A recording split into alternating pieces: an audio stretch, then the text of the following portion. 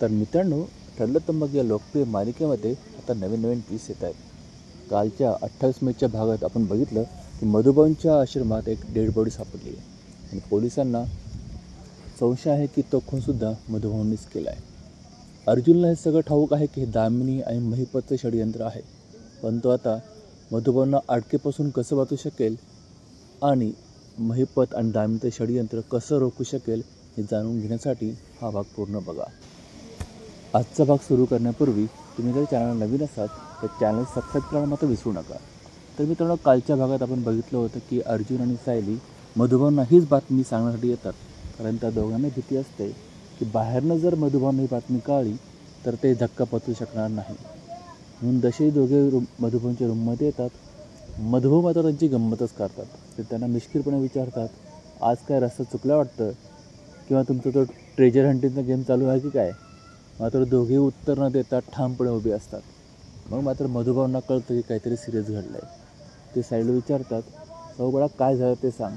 मात्र सायली काहीही बोलत नाही. तिला प्रश्न पडला असं कसं सांगावं ते.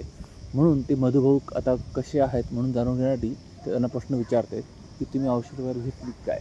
मधुभाऊंना चांगला अंदाज येतो की हे काहीतरी आपल्यापासून लपवत आहे. ते डायरेक्ट तिला बोलतात की बाळा, तुझ्या मनात जे काही असेल ना ते बिनधास्त बोल, कारण आता मला धक्के पाचवायची सवय झाली आहे. मग मात्र अर्जुन त्यांना ती बातमी दाखवतो, ज्यामध्ये सांगितलं असं रिपोर्टरने की मधुबनच्या आश्रमात एक बॉडी सापडली आहे आणि याचा संबंध मधुबनशी आहे काय.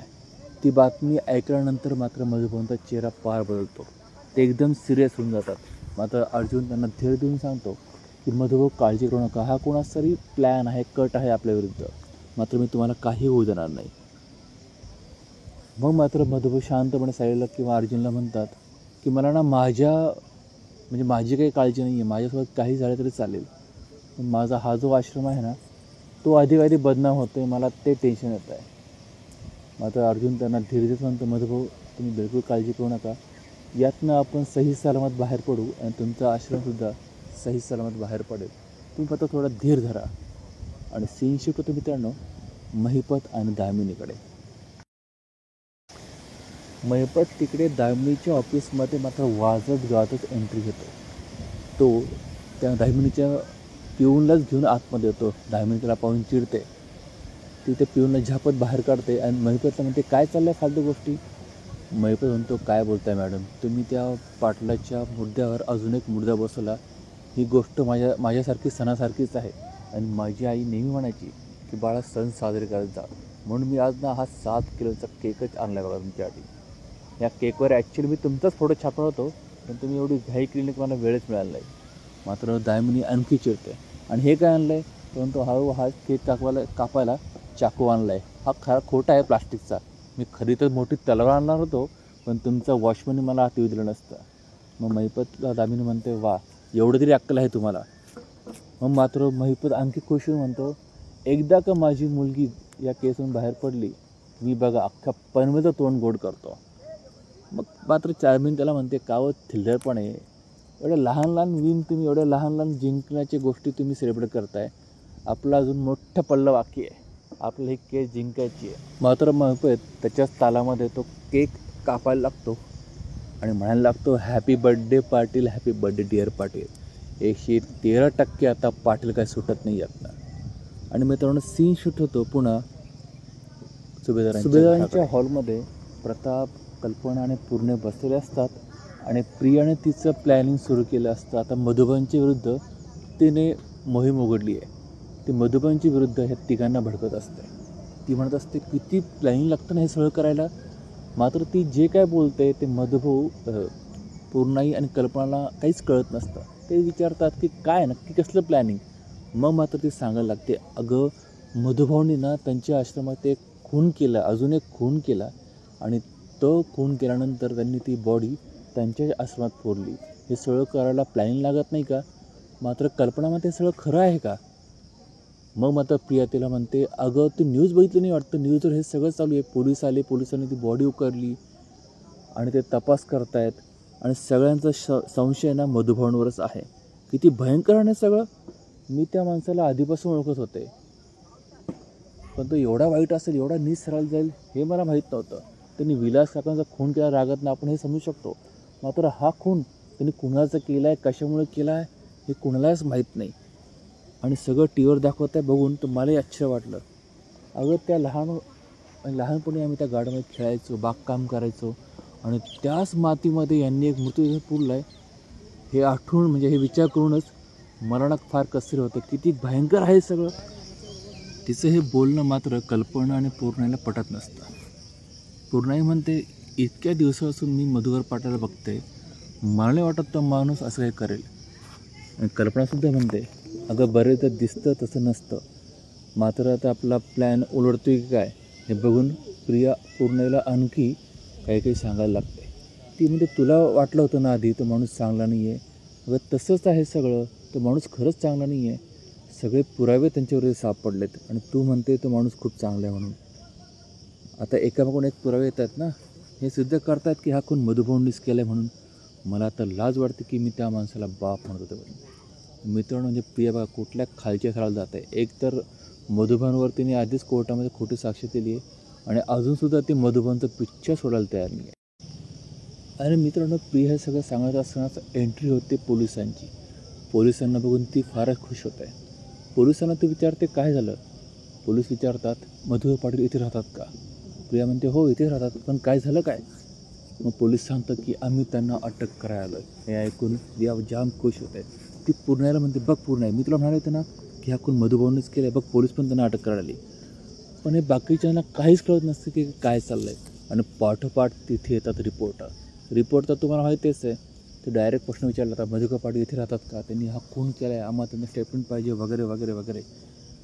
मग मात्र पूर्णाई पोलिसांना विचारते, मधुभाऊने खून केला आहे का? तुम्हाला कसं माहिती? मात्र ते म्हणतात, आम्ही त्यांना फक्त संशयावरून अटक करायला आलो आहे. इकडे मात्र पत्रकारांना म्हणत असतात की मधुभाऊ ह्या घरामध्ये राहतात, या प्रतिष्ठित घरामध्ये राहतात का? म्हणजे या घरामध्ये अजून किती गोष्टी दडल्या आहेत, आम्हाला सांगा, आम्हाला आमच्या प्रश्नाचे उत्तर द्या. त्यांनी दुसरा खून केला आहे वगैरे वगैरे इतके प्रश्न विचारत असतात ते की कल्पना यांना काही समजत नाही काय करावं ते. मात्र प्रिया म्हणजे थांबा मी मधुभाऊंना बोलवून आणते. मात्र कल्पना ते लाडत म्हणते, यांना सरळ करायला ना अर्जुनच पाहिजे. आणि विमलला सांगते, जा विमल अर्जुनला घेऊन ये. आणि अर्जुन असतो मधुभाऊंच्या रूममध्ये. ती पटकन जाते आणि म्हणते, दादा पटकन चला, तुम्हाला ना मॅडमनी बोललो आहे. मग अर्जुनला कळतच नाही काय झालं ते. तो म्हणतो, काय झालं? मग विमल सांगते की बाहेर पोलीस आणि पत्रकार आलेत मधुभाऊंना अटक करण्यासाठी. हे ऐकतात अर्जुन म्हणतो, चल आपण सगळे बाहेर जाऊ. मग सगळे बाहेर आल्यानंतर मात्र मग हॉलमध्ये मधुभाऊ, सायली आणि अर्जुन येतात. आणि मधुभाऊंना बघून मात्र पत्रकार एवढे प्रश्न विचारायला लागतात, मधुभाऊंची प्रश्नाचे उत्तर द्या. तो खून तुम्ही दुसरा का केला आहे? कुणाची होती डेड बॉडी? मात्र अर्जुन त्यांना म्हणतो, आम्ही तुमच्या कुठल्याही प्रश्नाचे उत्तर देणार नाही. आणि पोलिसांना म्हणतो की यांना बाहेर काढा. पोलीस त्यांना बाहेर काढतात. मात्र पत्रकार शांत बसायला तयार नसतात. मात्र अर्जुन त्यांना कसं तरी शांत करतो आणि मग पोलिसाकडे म्हणतो, काय झालं आहे?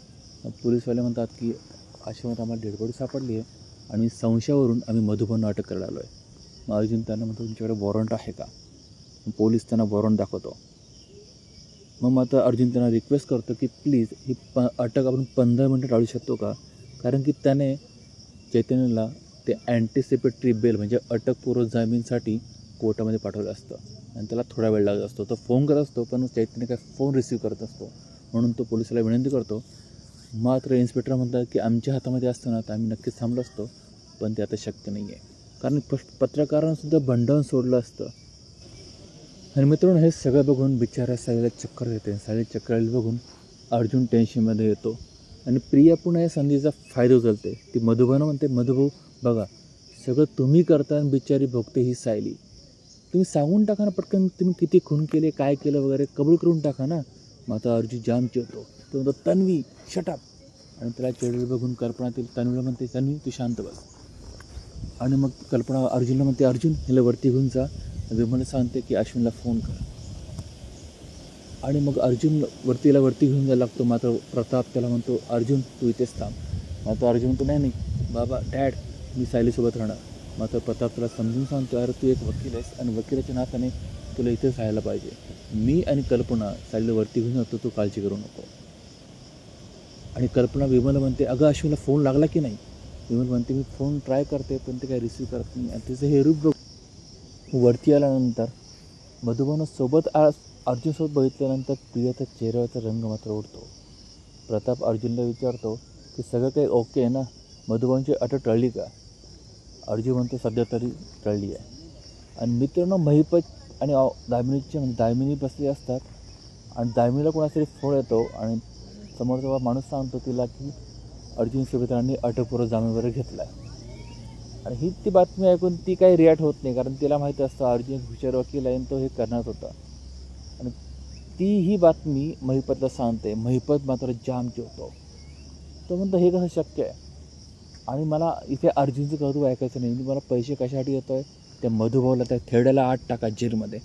ती म्हणते अहो जेलमध्ये गेलं म्हणजे सगळं संपलं का? तो म्हणतो हो, आमच्याकडे असं असतं, एकदा जेलमध्ये गेलं की सगळं संपलं. मग ती म्हणते तुमचे विचार आणि तुम्ही एका डबक्यामध्ये राहतात, जेलमध्ये गेलं म्हणजे सगळं काही संपत नसतं. आणि मित्रांनो, या मोडवर आजची मालिका संपते. आजच्या मालिकेत तुम्ही बघितलं की अर्जुनने हुशारीने महिपत आणि दामिनीचा डाव हा पलटून टाकला आहे. आणि प्रियाच्या पण हाती काय लागलं नाही आणि महिपतच्या पण हाती काय लागलं नाही. आता येणाऱ्या भागात आपण बघायला मजा येईल की अर्जुन महिपत आणि दामिनीचा डाव हा सगळ्यांसमोर आणतोय की नाही. आणि कालच्या भागात आपण तेही बघितलं होतं की प्रतिमाने प्रियाला खून हा शब्द ऐकलं होतं. आता रविराजसुद्धा काय ॲक्शन घेतो प्रियाविरुद्ध हे आपल्याला जाणून घ्यायचं आहे. त्याकरता तुम्ही माझं चॅनल सबस्क्राईब करा आणि आजचा भाग आवडला असेल तर लाईक आणि शेअर करून कमेंट करायला मात्र विसरू नका. तर भेटूया पुढच्या भागामध्ये. तोपर्यंत